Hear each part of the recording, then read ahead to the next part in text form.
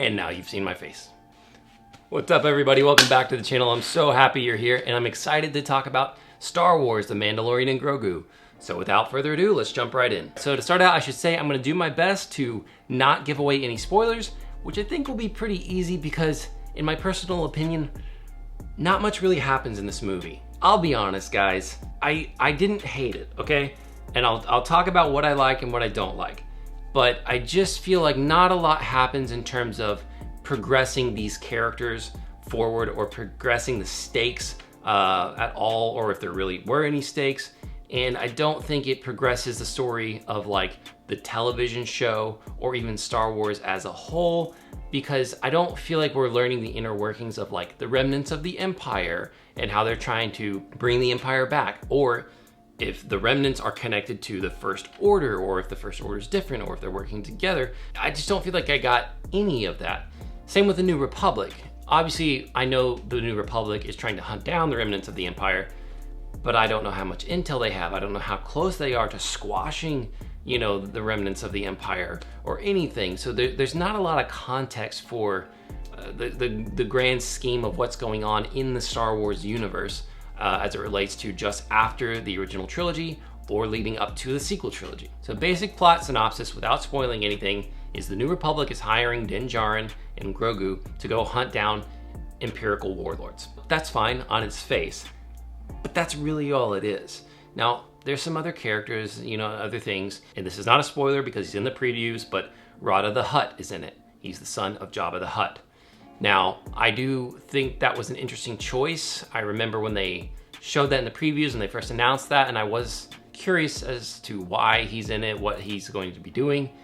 And it was neither here nor there for me in terms of like being great or offensively bad. It was a little hard for me because I felt like they tried to write his character in a way to be very sympathetic and to cheer for him and to root for him, which is fine, but a lot of the way they did that was through his dialogue, and it just kind of felt very flat to me. It felt very stilted, it felt very forced. I would have rather seen more of his character do things to truly make me empathize with him. Although I appreciate it in the function of the story, it just didn't land well for me. So without going too much further into the plot right now to, again, avoid spoilers, I want to kind of discuss what this movie felt like and what it seemed like to me. Unfortunately, it didn't really feel like a movie to me. Not completely, like yes, it was a movie, but it felt more of like an episode of the television show, which is not, again, necessarily bad, because some of the episodes of The Mandalorian and Grogu I think are very, very good. I've been a fan of that show. I really like the first two seasons quite a bit, not so much the third season. I think it kind of went off the rails, but I by no means hate the show. And I like Din Djarin and Grogu. But this movie felt like just a very long episode, and there was a lot of action in it, which is great. And that's something I love about Star Wars. I love space battles. I love, you know, blasters, and the fact that the Mandalorian has cool weapons. That was one of the highlights, is seeing the Mandalorian use all of his different weapons and gadgets. I enjoy that. But after a while, I noticed something. Even with all the action, it started to feel a little boring. And, you know, maybe that's just me, okay? If you didn't think that, I love that for you. That's wonderful. But I just started to feel a little bored. And then there's a section, I'm just talking about pacing here, I'm trying to not spoil anything. There's a section kind of in the middle of the movie where it slows down. Now, I'm fine with things slowing down, but it like slowed down.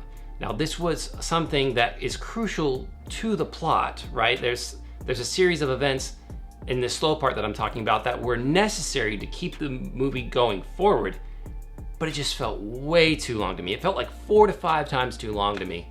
And so that was kind of a slog to get through. It then picks back up, which I appreciate. You know, it didn't stay that way, so that's good. And there's a lot of humor in it as well. Again, I don't have an issue with humor being in Star Wars. All Star Wars movies have action and humor. And there's a range of other emotions, you know, drama, all that stuff. But like those are kind of quintessential things to Star Wars movies. The only issue I have, and again, it's not even that it's totally a bad thing, it's just that it felt too childish to me. I'm not talking Jar Jar Binks level, I'm not talking like crazy over the top goofy, but a lot of it involves Grogu, and I think they're called Anzellans, the like little aliens, like Babu Frick from Rise of Skywalker. And I thought some of it was funny and cute, you know, it was fine. But there was, I think, maybe an excessive amount for me, just as an adult. But I think kids will like it, so I'm not like against it, but it was just finding a balance, right?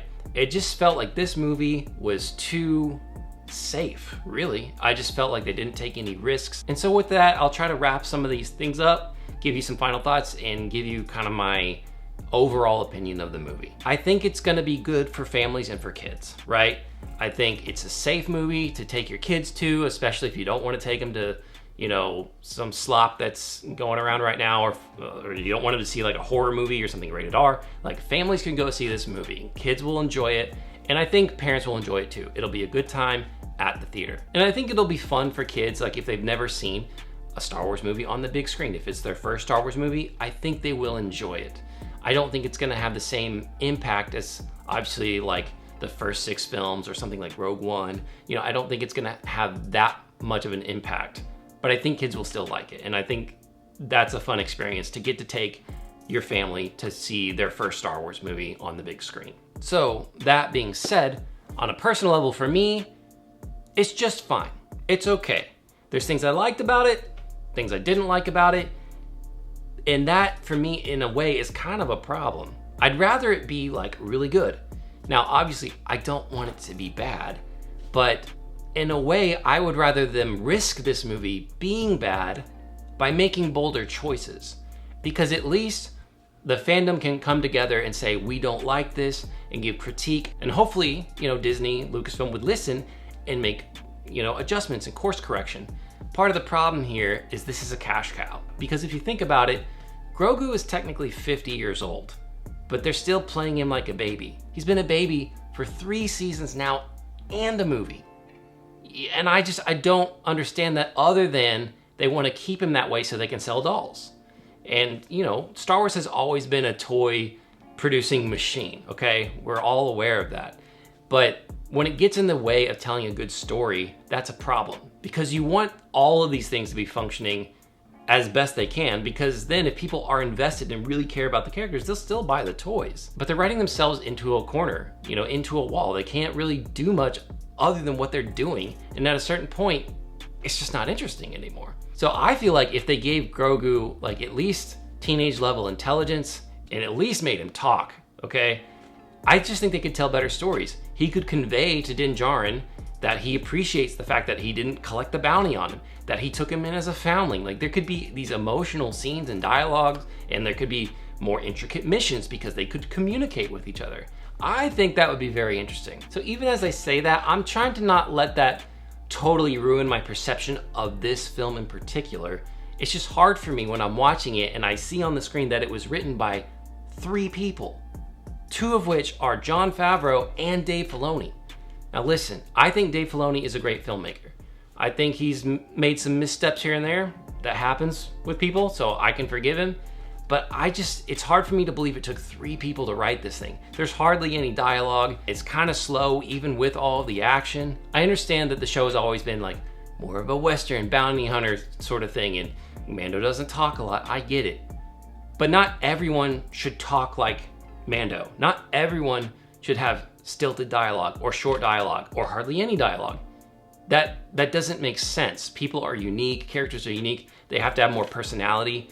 And so I think that's part of the detriment of this thing. Like, if you were to say a random line from this movie and ask me who said it, I might have trouble telling you who actually said it, because it all sounds very, very similar. Ultimately, it's okay. It's middle of the road.